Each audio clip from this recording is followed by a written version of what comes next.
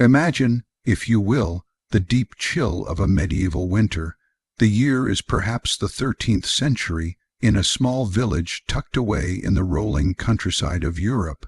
The harsh reality of a medieval winter was something far removed from what we know today. Imagine yourself stepping back in time to the 12th or 13th century, into a world where the comforts of modern heating, electric light, or readily available food were utterly unknown. The medieval world was one where nature dictated the rhythms of life, and winter was the most formidable of its seasons. It was not simply a stretch of cold days and snow. It was a trial, an ordeal that tested every family, every village, and every soul who faced it. For those who lived in that distant time, survival was not assured, and the approach of winter carried with it both dread and resignation. When the first frosts appeared, people already knew that some of their neighbors, their friends, and perhaps even members of their own household might not see the coming spring. The medieval villager's relationship with the land was one of dependence and uncertainty. The entire year was a cycle of preparation, and each season brought its labors. Spring was for planting, summer for tending, autumn for harvesting. Every step in this cycle was carried out with winter in mind. For winter was the true test, the final judge of whether the year's efforts were enough. If the harvest was plentiful, hope lingered, but even then, there was no guarantee that the stored grain, salted meat, and dried beans would last until the fields blossomed again. A harsh frost, a heavy snow, a long season of storms, or even something as small as vermin getting into the granary, could tip the balance from survival to hunger. Picture a village as the days grow shorter, the sun setting early in the sky. The fields, once golden with wheat or green with rye, now lay barren, blanketed in frost, livestock huddled in their pens or barns, chewing through what hay was stored for them. Smoke curled from the chimneys of cottages, a signal of life and warmth, but also of the fuel that was being consumed day by day. To the medieval villager, each pile of firewood was a measure of time, a measure of hope. Would it last until the thaw? And if it did not, how many bitter nights lay ahead in the cold? The cold itself was a living force.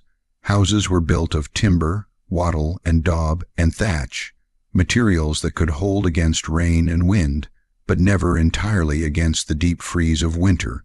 Drafts crept in through cracks in the walls, icy air seeped through shutters that never quite fit, and even the thickest blanket could not fully protect against the chill that settled into the bones.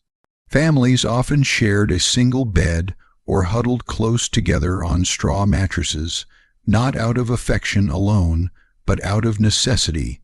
The warmth of another body could mean the difference between comfort and shivering misery. The dark was another companion of winter. In a world without electricity, light came from fire and candles, both precious and limited.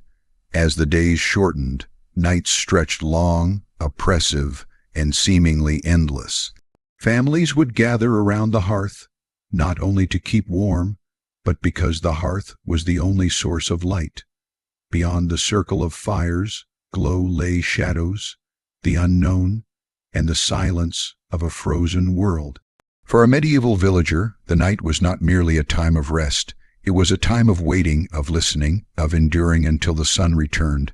The crackling of wood, the low murmur of prayer, the occasional howl of a wolf in the distance. These were the sounds of long medieval nights. Hunger was a constant shadow. Even in years of good harvest, food was rationed carefully. Bread was baked from barley or rye, darker and coarser than anything we know today. Thick stews of beans, peas, and root vegetables provided sustenance, and when available, salted pork or fish gave variety.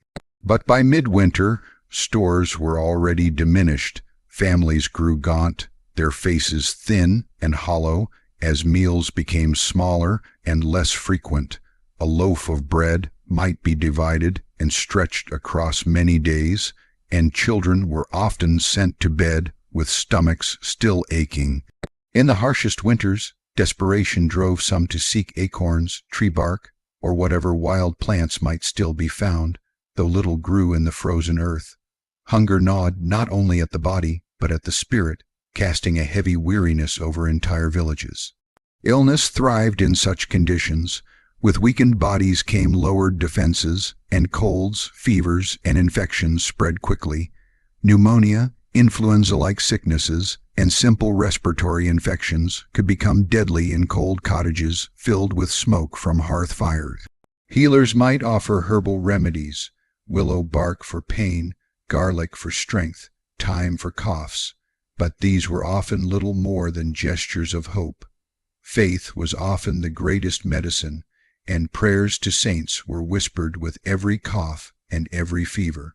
Yet faith could not always prevent loss. Churchyards filled more quickly in winter, and the ringing of bells for funerals was a sound that marked the season as surely as the crow of a rooster marked the dawn. For the elderly, the very young, and the already sick, winter was particularly unforgiving. Infants, wrapped in swaddling cloths, were often too fragile to withstand the bitter cold. Elders, their strength waning, might not endure the long nights. Parents carried the sorrow of burying children, and children the sorrow of burying parents, all within the span of those frozen months. It was a cycle of loss that repeated year after year, to the point where villagers almost expected it, though never with less grief. Death in winter was not a distant possibility. It was an ever-present neighbor. Yet within this harsh reality, there was also resilience. Communities knew that survival depended not just on individual strength, but on mutual support. A neighbor might bring bread to a starving family, even if it meant less for their own.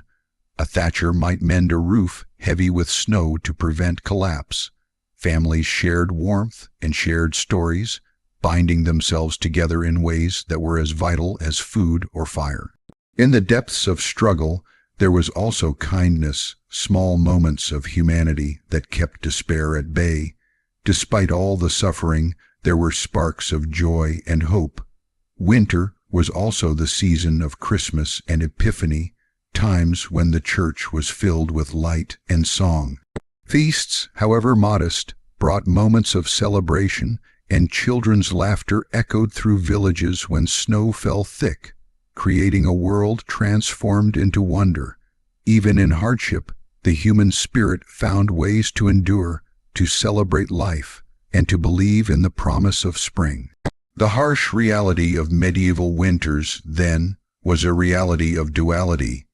It was a time of hunger, cold, sickness, and loss, but also of community, faith, resilience, and endurance. For every life lost, another endured. For every night of despair, there was a dawn that brought light. Winter was not merely a test of survival. It was a teacher, one that instilled humility, patience, and an unshakable awareness of the fragility of life. When we look back across the centuries, it is easy to imagine medieval winters as nothing more than endless suffering. But to those who lived them, they were also times of closeness, when families drew tighter together, when stories were told by firelight, when songs were sung against the silence of snow. These moments, though small, gave meaning to endurance. They made survival more than a mere act of clinging to life. They made it a triumph of the human spirit. And so, as you let yourself drift into sleep, imagine the stillness of a medieval winter night.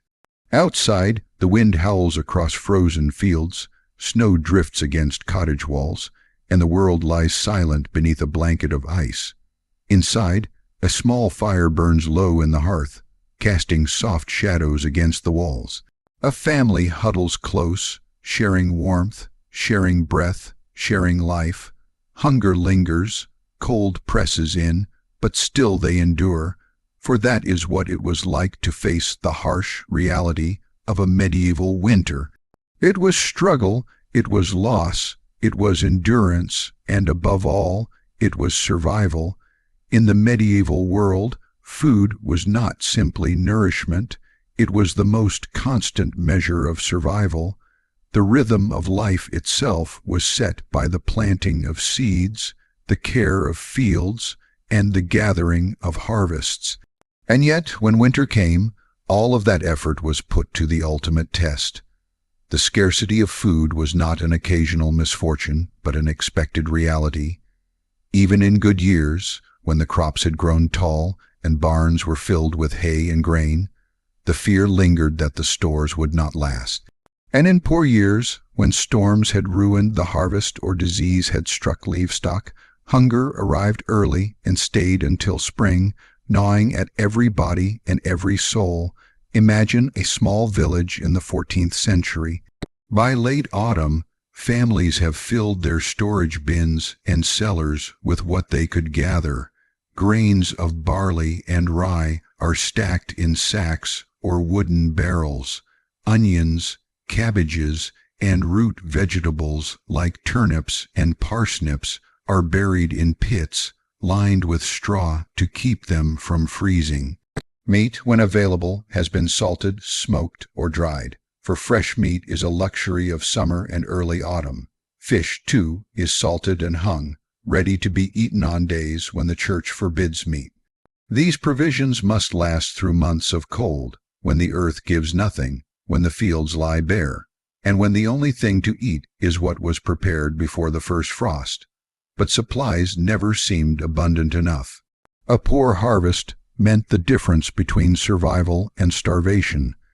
If rains had been too heavy in summer, if the sun too weak, if a plague of insects had descended on the fields, the yield would be small. Whole families looked with worry at their storehouses, counting sacks of grain and wheels of cheese, weighing salted meat, and knowing in their hearts that it would not be enough. They rationed carefully, cutting portions smaller with each passing week. Meals that were once hearty became thin and spare. Stews were watered down, bread was baked smaller, and vegetables were stretched to their limits. The body, yearning for sustenance, grew weaker, and hunger became an uninvited guest that never left the table. Bread was the foundation of the medieval diet. Made most often from barley, rye, or oats, it was dark, coarse, and heavy, far from the fluffy loaves of our modern world. Wheat bread was rare and costly, reserved for the wealthy or for holy days. For peasants, the bread that sustained them was dense and filling, but it was also monotonous. In times of shortage, they stretched flour with ground beans, peas, or even sawdust and tree bark to make it last. The bread filled the stomach, but it did not always nourish. In the deepest winters, villagers spoke of famine bread, made from whatever could be found, bitter and unwholesome, but still life, saving in its own way. Alongside bread came pottage, a kind of thick soup or stew that varied with the seasons. In summer and autumn, it could be rich with fresh vegetables, herbs, and sometimes meat. But in winter, it was reduced to little more than peas, beans, or turnips boiled in water, thickened with a handful of grain, and flavored, if fortune allowed, with a scrap of pork fat or a few herbs dried from summer. Families gathered around the pot, dipping in wooden spoons or pieces of bread, each person taking small mouthfuls, each knowing that the pot must stretch to tomorrow and the day after that. Meat was a luxury for the peasant, not a staple. Livestock was too valuable alive, providing milk, wool, eggs, and labor. Chickens might be slaughtered now and then, or a pig in autumn when the cold air could preserve its meat, but in winter most meat was eaten salted or smoked. A strip of bacon fat could flavor a whole pot of pottage, and bones were boiled again and again until every drop of flavor was drawn out. For those who lived near rivers or coasts, fish offered another option, but it too was salted and dried to survive the winter. Even the wealthy, who could afford greater stores, found their diet repetitive and plain as the months dragged on. Hunger did not arrive suddenly, it crept in slowly. In the early weeks of winter, meals were still filling, though already measured carefully. But as January gave way to February, supplies grew thin. Children asked for more but were given less. Farmers looked into empty sacks and knew there was no more to give. Faces grew pale and gaunt, and energy waned. Work in the fields was impossible in the frozen ground, but even tending animals or gathering firewood became difficult with weakened bodies. The smallest illness became harder to fight when bellies were never full. There was a time of year the medieval people feared most, the hungry gap. This was the stretch between the end of winter stores and the first new crops of spring. It could last weeks, sometimes months, depending on the weather and the year's harvest. It was then that true desperation set in. Families scoured the forests for acorns or chestnuts, soaked and ground to remove bitterness, mixed into flour to stretch bread. Nettles and wild greens, when they began to appear, were a gift from God. Some dug into frozen ground for roots left behind, hoping to find something overlooked in autumn. Others, with nothing left, wasted away. The hungry gap was a phrase spoken with fear, for everyone knew someone who had not survived it. Scarcity of food was not just physical but emotional. The knowledge that stores were dwindling created an atmosphere of anxiety and tension. Mothers looked at their children with worry in their eyes. Fathers sat silently by the hearth counting how many days of grain remained. Quarrels broke out over rations. Neighbors might beg for food, and though compassion urged sharing, survival demanded caution. To give too much could doom one's own family. The balance between charity and necessity was a painful one, and many went to bed with guilt heavy on their hearts. The wealthy fared better, of course. Lords of manors had larger storehouses, filled with grains and meats collected through rents and tithes. But even in castles, the repetition of food was wearying, and feasts grew smaller as winter wore on. The difference was stark. While peasants suffered hunger, nobles rarely starved, yet disease and cold did not spare them, reminding all that winter's hardships crossed social boundaries, even if unevenly. Religion and faith became intertwined with hunger. Fasting was a common practice, required by the church on many days, but for peasants, every day was a fast of necessity. Still, they bore it with faith, believing that endurance was part of God's will, a trial of the body and the spirit.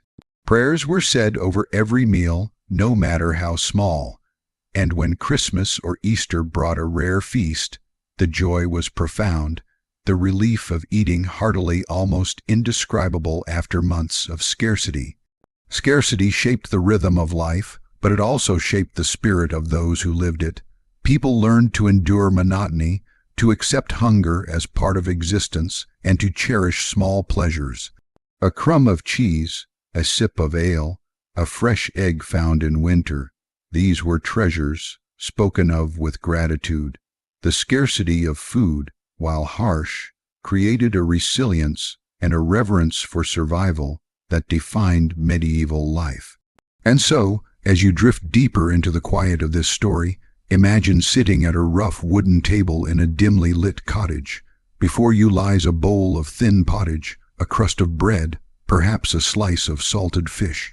You are hungry, and you know you will still be hungry when the bowl is empty, but you eat slowly, savoring each mouthful, for you know it must last. Around you, your family eats in silence, their eyes weary but determined. Outside, the snow lies deep, the earth sleeps beneath frost, and no crops grow. But within the circle of firelight you are alive, you endure, and though the food is scarce, though hunger lingers, you carry on, as countless medieval souls carried on before you. In the medieval world, fire was not simply a comfort, it was life itself. To us, warmth is something we take for granted. We turn a dial, press a switch, and heat fills our homes. But to the men and women of centuries past, fire was the fragile thread that stood between life and death during the long months of winter. The hearth was not just a place of cooking or gathering, it was the heart of the household, a sacred space where warmth was fought for, protected, and cherished. Without it, the cold would creep in relentlessly, seeping into the bones, weakening the body, and slowly claiming those who could not endure. The story of medieval winter survival is, in many ways, the story of fire and its scarcity. Imagine a small peasant cottage built from wattle and daub, its roof thatched with straw, its walls rough and uneven. The wind rattles against it, and snow piles at the door. Inside, the hearth glows faintly, a circle of warmth in an otherwise frigid space. The fire has burned since dawn, carefully tended, never allowed to die. To let it go out would mean hours of difficulty. Flint and steel were slow, and tinder was precious. A cold hearth was a catastrophe.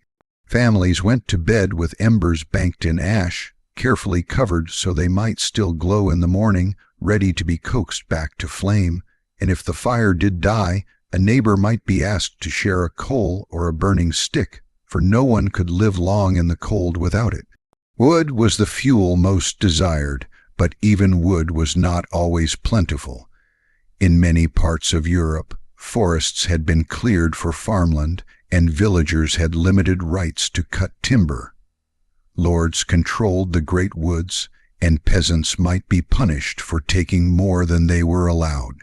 As a result, families spent the autumn gathering what they could, fallen branches, brush, and whatever scraps might be found. Children were sent into the woods to collect twigs, women hauled bundles of sticks on their backs, and men cut peat from bogs where trees were scarce. These piles of fuel, carefully stacked, represented survival itself. Every log burned too quickly, every bundle gone too soon, was a day stolen from spring. The hearth fire was not only for warmth, but also for cooking, and so its fuel was stretched thin. A large fire would warm the room well, but it consumed wood too fast. A small fire might keep the embers alive, but left the house cold and damp. Families balanced constantly between these extremes, shivering through nights, but too cautious to burn through their stores. In poorer cottages, smoke filled the room, for chimneys were rare, and the only vent was a small hole in the roof. Walls turned black with soot, lungs grew heavy with smoke, and eyes watered constantly. Yet despite this, the fire was clung to like a sacred guardian, for it kept death at bay. To huddle by the fire was a ritual of winter nights. Parents, children, and even animals pressed close to its glow. The family pig might be brought inside to share warmth, or chickens kept in corners where the heat could reach them. Blankets of wool or patched linen covered shoulders, but it was the fire that gave comfort. Its crackling was a lullaby, its glow a reassurance against the dark. Beyond its light, the world was ice and silence, but within its circle there was life. When the wind screamed outside, when snow covered the windows, when the world seemed frozen solid, the fire whispered of survival. The poor knew fire differently than the wealthy. In the manor house, a great hall might have a central hearth, with a wide chimney to draw the smoke away, and logs burned in greater abundance. Nobles could afford to burn oak or ash, great trunks that lasted long through the night. They might sit wrapped in furs, their hands warmed by flames while servants stoked the fire endlessly. Yet even in castles, the rooms beyond the hall were often cold. Stone walls held in the chill, and only the wealthiest had chambers with fireplaces of their own. To step away from the hearth was to feel the bite of winter instantly, even in grand homes. And so, in this way, the noble and the peasant alike understood the centrality of fire, even if they experienced it differently. The symbolism of fire carried spiritual weight as well. The church itself was lit by candles and torches, its holy warmth a reminder of divine presence. In the dead of winter, when hunger and sickness loomed, The flickering of candlelight during a Christmas Mass could stir the soul with hope. Fire became a symbol of God's mercy, of the fragile but enduring spark of human life in a dark world. In villages, families sometimes spoke of their hearth as sacred, a place where generations had sat, where prayers were whispered, where children were born, and elders had taken their last breaths. To keep the fire alive was to keep the family alive, not only in body but in spirit. Scarcity of fuel brought deep hardship.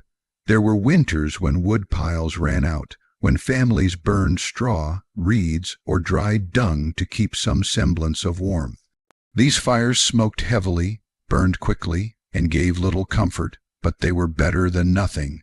In desperation, furniture might be broken for kindling, or neighbors quarreled over fallen branches in the woods. The right to gather wood, once taken lightly, became the difference between life and death.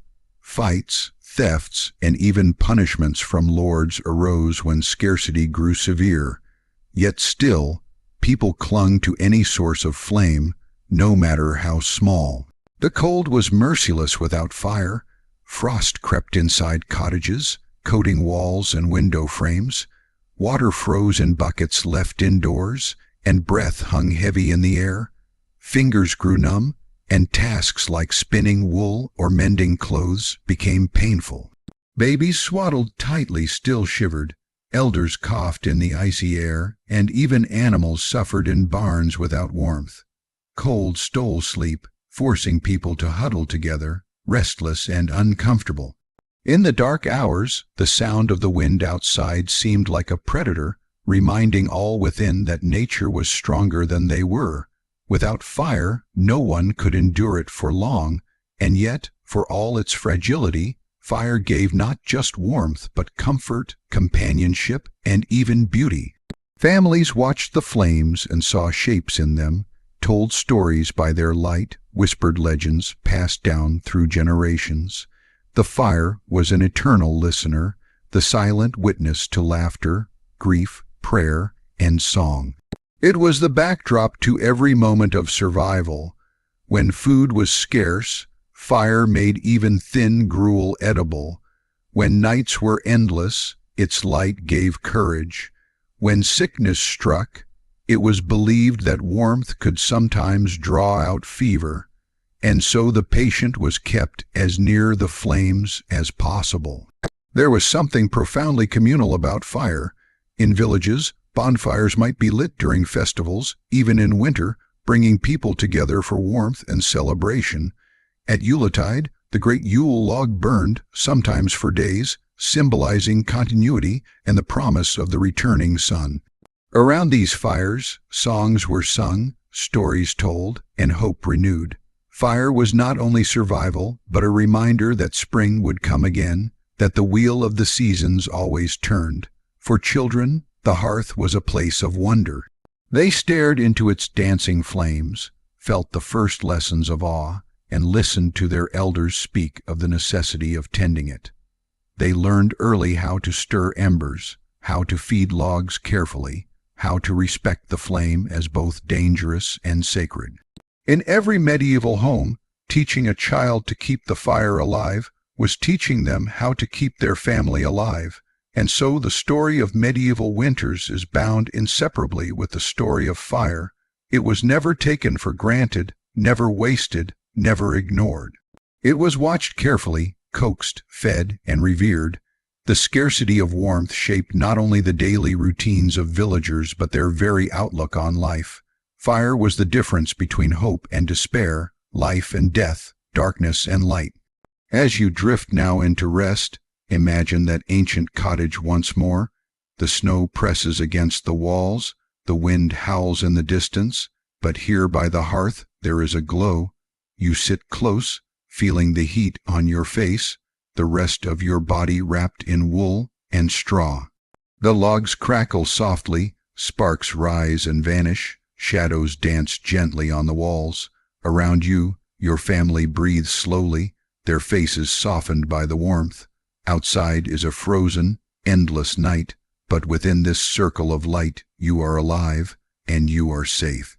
Fire has carried you through another day, another night, another step closer to spring, and so you close your eyes, listening to the gentle crackle, letting the warmth seep into your bones, carrying you into dreams. Illness in the medieval winter was as familiar as the frost on the fields and the ice on the rivers. It was not an exception, but a part of life, a presence that came quietly into cottages when the days grew short and the nights long. In the months when food was scarce and warmth was difficult to keep, the human body weakened, and weakness left it open to every ailment. In those dark weeks, when the church bells rang more often for the dead than for the living, people came to expect that sickness would visit, though they never knew who it would claim or how long it would stay. To survive a winter was to escape hunger, yes, but also to avoid the illnesses that grew stronger when the body grew weaker. Picture a village in the deep chill of January. Families sit huddled close to the hearth, their breath visible even inside, their bodies pressed together for warmth. The air is heavy with smoke, for chimneys are crude and windows small, and fresh air seldom enters. In such close quarters, one child's cough becomes the cough of a mother, then a father, then a neighbor. A fever that strikes one home may soon strike the whole village. In an age without knowledge of germs, people believed that sickness came with foul air, with bad spirits, with the wrath of God. They could not see the invisible causes, but they knew its signs: the flush of a fever, the rattle of a chest, the weakness in the limbs, the loss of appetite that marked the beginning of decline. Pneumonia, bronchitis, and other winter illnesses were deadly. A simple chill, left untreated, could settle into the lungs and end a life within days. Parents watched helplessly as children grew weaker, their small bodies unable to fight the sickness. The elderly, too, were vulnerable. Their strength, already fading, could not withstand the long assault of cold air and coughing nights. Even strong adults could be struck down quickly, their bodies too drained by hunger and fatigue to resist. And yet, despite the sadness, this was part of the rhythm of life, a rhythm that repeated every year. Healers offered what remedies they could. Herbs gathered in summer were dried and stored for winter use. Thyme for coughs, honey for sore throats, garlic for strength, mint to soothe the stomach. These remedies provided some comfort, but they were rarely cures. Sometimes warm poultices were laid against the chest, or steam from boiling herbs was inhaled to clear the lungs. If the sickness passed, families thanked God for mercy. If it did not, they turned to prayer, to charms, and finally to burial. Death in winter was so common that people half expected it, yet each loss was no less painful.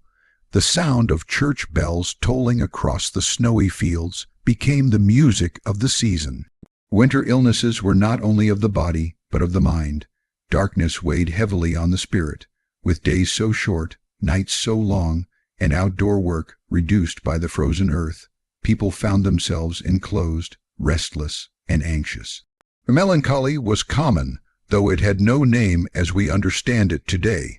The mind wandered to fears, to memories of loved ones already lost, to the uncertainty of whether there would be enough food or whether spring would ever come. Despair itself was a kind of illness, a shadow that stole strength and made survival harder. Faith was the balm for many, the belief that hardship was part of God's trial, that endurance would be rewarded, and that the dead had simply gone to a better place. The spread of disease was made worse by scarcity. Malnourished bodies could not fight infection. A child who had eaten only thin broth for weeks had little resistance when fever came. A mother who shared her food to keep her children alive weakened herself until illness claimed her. A father who worked in the cold with little sustenance was easily struck down by sickness. Hunger and illness wove together, each feeding the other, each magnifying the toll of winter. And yet, even in illness, there was community. Neighbors tended to one another, bringing bowls of hot pottage to the sick, or watching children when parents were bedridden. The local priest came to administer last rites, his presence both solemn and comforting. Sometimes whole households were stricken, and the village carried the burden together, helping to dig graves in frozen ground or share what little food could be spared. The bonds of community were tested each winter, but they were also strengthened. For in the face of sickness and death, people leaned on one another, finding solace in shared suffering. The wealthy endured illness differently, though not entirely spared. In castles, fires burned larger, food was more plentiful, and doctors trained in humoral theory offered treatments, bleeding, purging, or elaborate herbal concoctions. Yet winter cold seeped into stone halls just as it did into cottages, and sickness spread just as easily among servants, courtiers, and lords. The difference was only that the wealthy had more comfort in their illness, softer beds, and warmer furs. Death, however, came to all. In many ways, the winter illnesses were great equalizers, reminding peasant and noble alike of the fragility of life. The rituals of death itself were shaped by the season. Digging graves in frozen earth was laborious, and sometimes the dead were kept in simple wooden shelters until the ground softened enough for burial. Funerals were cold affairs, with mourners stamping their feet in the snow, their breath rising in clouds as prayers were spoken. The churchyard filled steadily in winter, crosses marking fresh mounds, each one a reminder to the living of the precariousness of their own survival. And yet, even amidst sorrow, funerals were moments of unity when the village gathered together, shared grief, and renewed their faith that spring would eventually bring new life. Superstition, too, surrounded illness. Some believed fevers were sent by spirits, or that sickness spread through the evil eye. Charms were worn, prayers muttered, and relics of saints touched in hopes of protection. Holy water was sprinkled on the sick, and candles burned at church altars to beg for healing. Though medicine was limited, belief itself was powerful. Faith gave hope when herbs failed, and rituals gave structure to grief when cures could not be found. The cycle of illness and mortality became part of the rhythm of medieval life, so much so that people grew accustomed to loss in ways that might seem unimaginable today. Children often grew up seeing siblings die young, and adults buried parents, spouses, and neighbors with regularity. Yet this familiarity with death also gave a different perspective. Life was seen as fragile and fleeting, but also as part of a larger journey. The body might fail in winter, but the soul, it was believed, endured forever. Still, for those who survived, illness left scars. Bodies grew weaker, and those who recovered often carried lingering coughs, stiff joints, or lasting fatigue. Survivors of harsh winters bore the memory of sickness, not only in their minds, but in their very flesh. Yet they also carried pride, for survival was proof of resilience, a badge of endurance in a world that tested them constantly. As you listen to this story and feel yourself slipping into rest, imagine once more the medieval winter. The snow falls silently outside, the air inside is heavy with smoke, and a child coughs softly in the corner. The mother holds the child close, whispering prayers, while the father feeds the fire with his last bundle of sticks.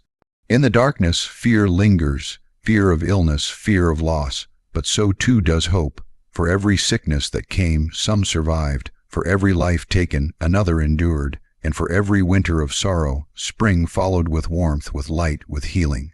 This was the reality of illness and mortality in the medieval winter. It was relentless, it was familiar, and it was inescapable. But it was also met with courage, with faith, with the quiet determination of people who faced each day, never certain it would be their last, yet always holding on to the fragile spark of life.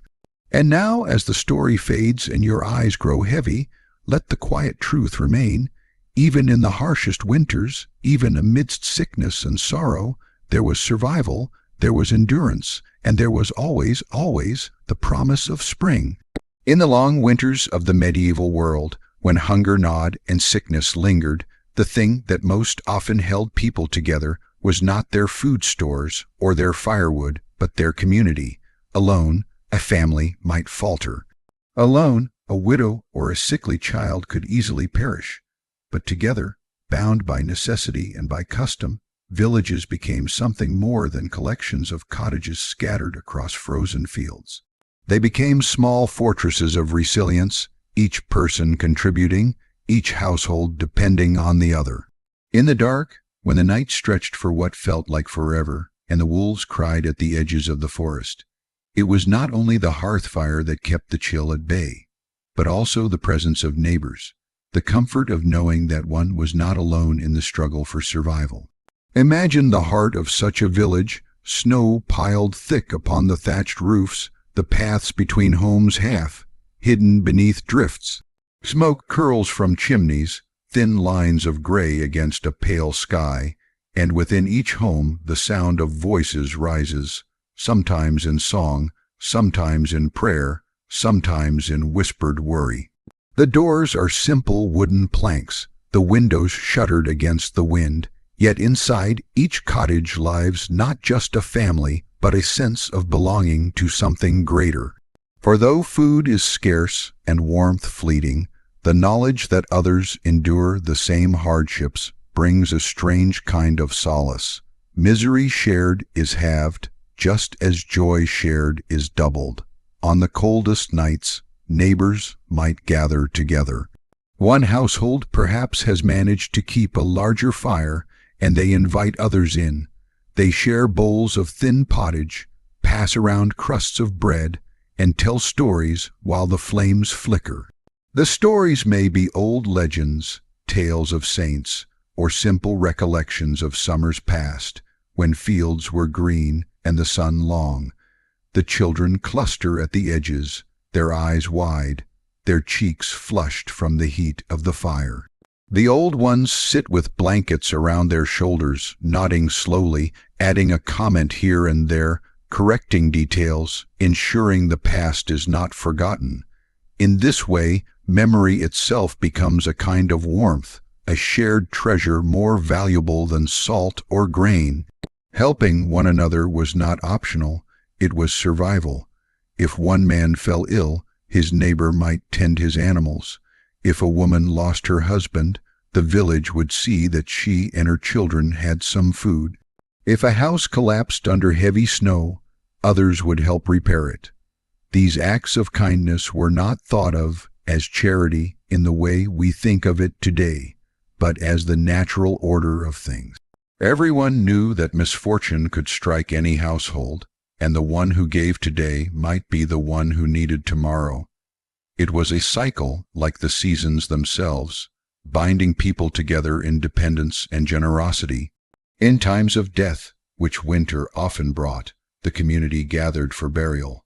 Men broke the frozen earth together, women prepared the body with prayers and cloth, and children walked behind, learning even in grief that no one was ever truly abandoned. Mourning was shared, food was shared afterward, tears were shared too. There was no hiding from suffering, and so suffering was embraced collectively, carried together so that no single family bore the full weight of it. Festivals in winter also strengthened bonds. Though resources were scarce, Christmas, Epiphany, and Candlemas were marked with rituals, small feasts, and gatherings. The church bells rang, candles glowed in the dim interiors, and villagers sang hymns that echoed against the cold stones.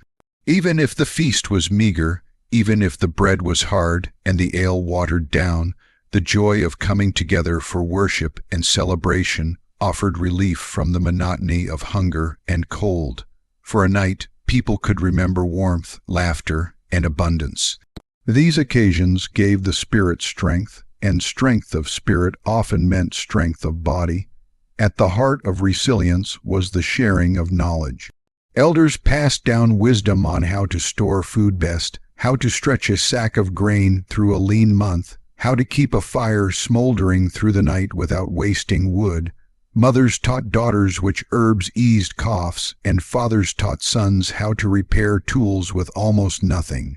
This transfer of knowledge was an inheritance more lasting than coin, a survival guide etched not in books, but in memory and in practice. Each generation built upon the endurance of the last, learning from their failures and cherishing the small victories that allowed them to live through the harsh season. It was not only knowledge of survival that was shared, but also faith. The church was central, and its doors rarely closed, even in the deepest cold. People came together to pray for the sick, to ask blessings for livestock, to plead for a swift spring. Belief was a glue that held the frayed edges of existence together. The notion that suffering was part of God's plan made hardship bearable.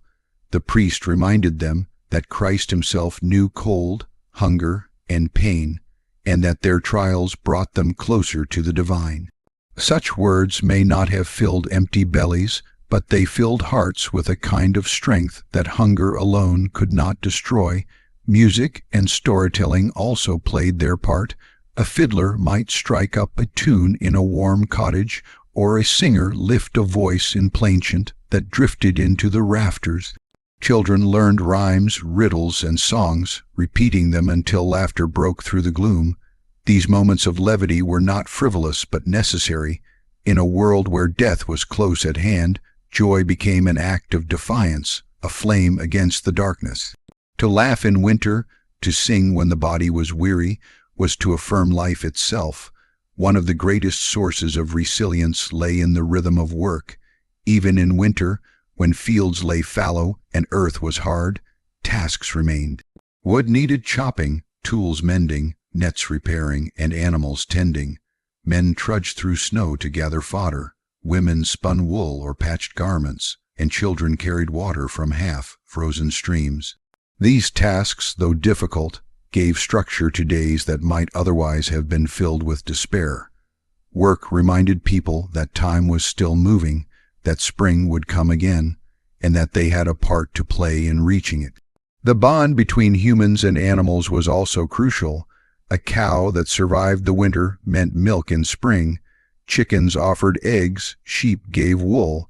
Families sometimes slept in the same space as their animals, not just for protection, but for warmth. The breath of livestock, the sound of their steady chewing, was comforting, a sign of life and continuity. Villagers cared for their animals with devotion, for the survival of beasts was tied to their own. And in this care, they found another form of resilience, a reminder that survival was a shared effort between species, not just among humans. Even when disaster struck, a roof collapse, a sudden fire, a raid by wolves, the instinct was to rally together. Neighbors formed chains to pass water, rebuilt structures with shared tools, and chased predators away with torches and shouts. No one expected to face calamity alone. To live in a village was to live as part of a body, each member connected, each limb protecting the others. A hand might be small, but it was essential. So too was every villager, no matter how humble. Children learned resilience from the moment they could walk. They saw their parents endure, saw their grandparents endure, and absorbed the lesson that endurance was the measure of life. They learned that crying did not fill bellies, but work and patience might. They learned to carry small loads of wood, to patch clothing with clumsy stitches, to care for siblings. Childhood was short, yet it was through these early trials that the spirit of resilience was passed on. And when they grew older, they repeated the cycle, teaching their own children in turn. The poor, the widowed, the infirm, all had a place within the community.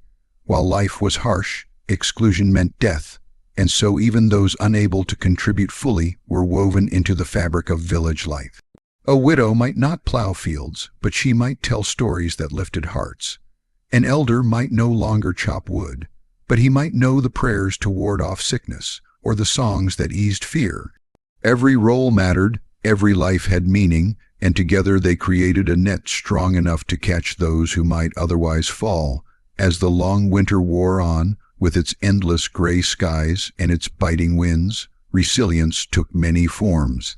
It was the patience of a mother stretching the last of the grain into a thin porridge. It was the father who worked through fever to repair a roof. It was the child who shared a crust of bread with a hungry sibling instead of keeping it for themselves. It was the neighbor who checked on another, the priest who walked through snow to comfort the grieving, the elder who whispered encouragement when hope seemed lost. Spring, when it finally came, was not just a change of season, but a reward for endurance. The thawing of snow, the trickle of streams, the first green shoots, these were not just natural events, but sacred confirmations that their struggle had not been in vain. Communities emerged from winter with scars, yes, but also with pride. They had survived together. They had faced hunger, illness, and sorrow, and still life went on. The children who survived carried forward the songs, the stories, and the lessons of resilience, preparing to endure winters of their own. This was what community meant in the medieval winter. It was not merely an idea, but a necessity. It was food shared, burdens carried, sorrows eased, joys multiplied. It was the simple truth that survival was not an individual act, but a collective one. The village was the shield, the hearth, the extended family, the living reminder that no matter how harsh the season, no matter how close death came, no one had to face it entirely alone. And so, as you let these words settle and your eyes grow heavy, imagine yourself in that small medieval village. Hear the crackle of the fire, the murmur of voices sharing stories, the laughter of children despite the cold. Feel the warmth of community surrounding you, as strong as any blanket, as vital as any meal. Know that in that world, as in our own, resilience was not found in solitude, but in togetherness. And with that knowledge, drift into rest, held by the same timeless truth, that survival is strongest when shared. The medieval mind saw the world not only as something to be endured, but as something filled with symbols, signs, and divine meanings, especially in the hardest season of all, winter. To them, winter was never simply a time of cold and hunger, never merely a shift in weather or the tilting of the earth. It was a spiritual season, a mirror of the soul, a lesson written into the rhythm of creation by the hand of God. To look out upon the barren fields, the silent woods, and the long nights was to see reflected truths about life, about death, and about the mysterious path of the human heart. The medieval man and woman could not separate the natural from the divine, and so winter was never merely endured, but interpreted, pondered, feared, and revered. When snow covered the land, erasing boundaries and softening even the harshest features of the earth, it was seen as a reminder of mortality. Just as the flowers fell away and the harvest was stripped, so too did human life pass swiftly. The whiteness of snow, pure and cold, was likened to the burial shroud, covering all things without distinction, rich and poor, young and old, noble and peasant alike. To walk in a snow-covered field was to be reminded that all flesh returns to dust, that the glories of autumn fade, and that one day every life, however vibrant, will meet its quiet winter. Such meditations were not morbid but natural to the medieval soul, for death was ever near, and winter made it undeniable. Yet, just as death was remembered in winter, so too was hope. Beneath the frozen ground, seeds lay hidden, unseen but not destroyed. The medieval mind saw in this a reflection of the resurrection. Though life appeared extinguished, though all seemed barren, yet in time new life would emerge. This mystery was preached by priests and sung in chants, but it was also lived and experienced in every passing year. To endure winter was to enact a small drama of death and rebirth, of sorrow and consolation, of Good Friday and Easter morning. Each cycle of seasons taught anew the promise that suffering was not the end, that darkness gave way to light, that beneath the silence of snow there lay a pulse waiting to rise. Winter nights, long and profound, were also times of deep psychological meaning. With no clocks to measure hours precisely, with candles costly and firewood precious, people lived by the natural rhythm of darkness. They lay in bed through the endless hours, not always sleeping, but drifting in and out of half dream, half thought. In these intervals of wakefulness, they prayed, they pondered, they remembered. Some spoke of first sleep and second sleep, divided by a waking period in the middle of the night. In those hours, the veil between worlds seemed thin. Dreams mingled with reality, ancestors seemed near, and the presence of God was felt more strongly in the silence. Winter encouraged such inwardness. It drew people into themselves, forced them to reckon with their thoughts, their sins, their longings. The medieval mind, so attuned to the spiritual, found in these nights not only discomfort, but a kind of revelation, an invitation to contemplation. The cold itself bore meaning. The biting wind on one's face, the ache of fingers stiffening, the sight of breath rising in the air, all of it was a reminder of human frailty.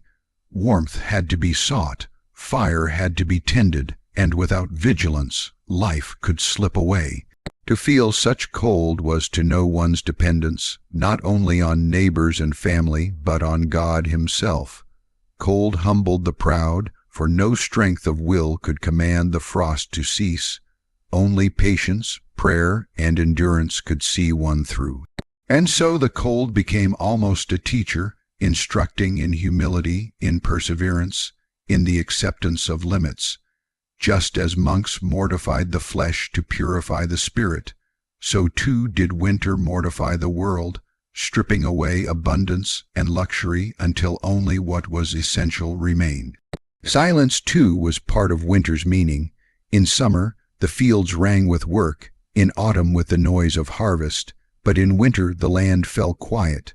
Snow muffled sound, birds migrated or grew still, and the forest seemed hushed. For the medieval soul, accustomed to interpreting every sign, this silence was not empty but filled with presence. It was the silence of waiting, of preparation, of listening. Priests likened it to the stillness before Christ's birth, the hush of creation before the miracle of life. Ordinary people, though less learned, felt it as a sacred pause, a time when God spoke more softly, and one had to still the heart to hear. In villages, winter also carried the meaning of testing. Just as the soul was tested by temptation, so the body was tested by hunger, and the community tested by hardship. To survive winter was to prove faithfulness, resilience, and unity. Each family knew that the season would reveal their character, just as fire reveals the nature of metal. And in surviving together, in facing scarcity with courage, they felt they were enacting a divine lesson. Life was not ease but endurance, not plenty but perseverance, and winter inscribed this lesson deeply. Legends and tales grew around winter nights, giving shape to fears and hopes. The long hours invited stories of spirits that walked in snow, of saints who braved cold to bring warmth to the poor, of angels who guarded sleeping children. Some tales warned of demons or the wild hunt sweeping through the sky, carrying souls away. Others told of miraculous lights, of Christ appearing in humble guise to test hospitality. These stories were not entertainment alone, but reflections of the inner meanings felt in winter's presence.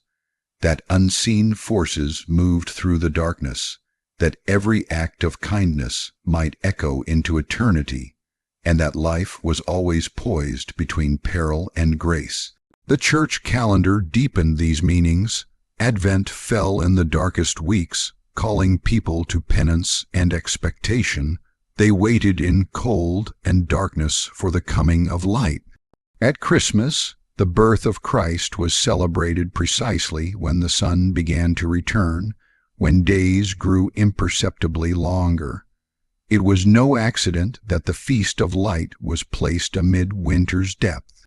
Candlemas followed, with candles blessed to ward off the gloom, a symbol of light carried into homes still shadowed by cold. Each feast was more than ritual, it was a psychological anchor, a reassurance that darkness did not last forever. On a more personal level, winter became a mirror of the inner life. Those struggling with despair saw their sorrow reflected in the barren fields. Those clinging to faith saw in the persistence of seeds beneath snow a sign of hidden grace. Winter gave form to feelings otherwise inexpressible. It provided imagery for prayers, metaphors for sermons, language for the soul. To say that one's heart was cold, or that one awaited the spring of God's mercy, was not poetic flourish but lived reality. Even hunger carried spiritual significance. To feel one's belly empty was to share in the fasting of monks, in the trials of saints, in the suffering of Christ. The medieval mind saw virtue in endurance, holiness in patience.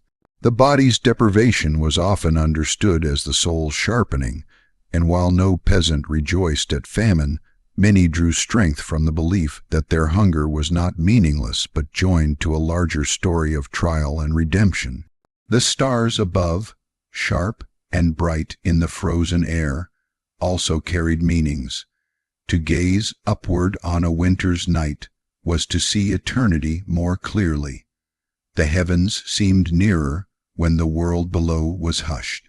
Astrologers read signs in the constellations, priests reminded the faithful of divine order, and common folk simply felt awe at the majesty of a sky unsullied by smoke or torchlight.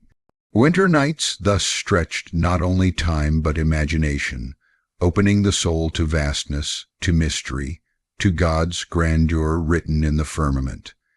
Dreams too took on weight in winter. With long nights and broken sleep, dreams multiplied, lingered, and were pondered. Some sought meaning in them, believing they carried messages, warnings, or comfort. A dream of green fields might be taken as a promise of spring. A dream of fire might mean warmth and safety. Others saw dreams as temptations, tricks of the devil. Yet in either case, winter gave them room to flourish, gave people space to turn inward, to listen to the murmurings of the unconscious. Children, though less burdened with interpretation, absorbed these meanings in stories, prayers, and rituals. For them, winter was both frightening and magical. The shadows seemed longer, the nights endless, yet the joy of feasts and candles shone brighter against that backdrop. They learned early that hardship and wonder walked side by side. And so, from childhood onward, winter imprinted itself on the psyche, shaping a world, view in which darkness was never without light, suffering never without meaning. In this way, winter was not simply endured, but woven into the medieval imagination as a teacher, a prophet, a mirror. It spoke of mortality, yet promised renewal. It humbled, yet lifted hearts to God. It silenced the earth, yet filled the soul with contemplation. Every frost, every snow, every long night was a lesson, a parable written in nature, telling of the eternal truths that guided human life. And though centuries have passed, though we no longer fear the cold as our ancestors did, still the echoes of that meaning remain. For winter, in all ages, draws us inward, strips away distractions, and invites us to reflect on what endures when all else is bare. And so, as you rest, imagine yourself in that medieval world where every snowflake was a sermon, every star a sign, every night an invitation to wonder. Feel the hush of the land, the cold pressing gently against the walls, the fire flickering in the hearth. Let the silence settle, not as emptiness but as fullness. Let winter's meaning unfold within you, as it did for countless generations before, reminding you that darkness is never the end, that beneath the snow life waits, and that every season, no matter how harsh, carries within it the promise of renewal.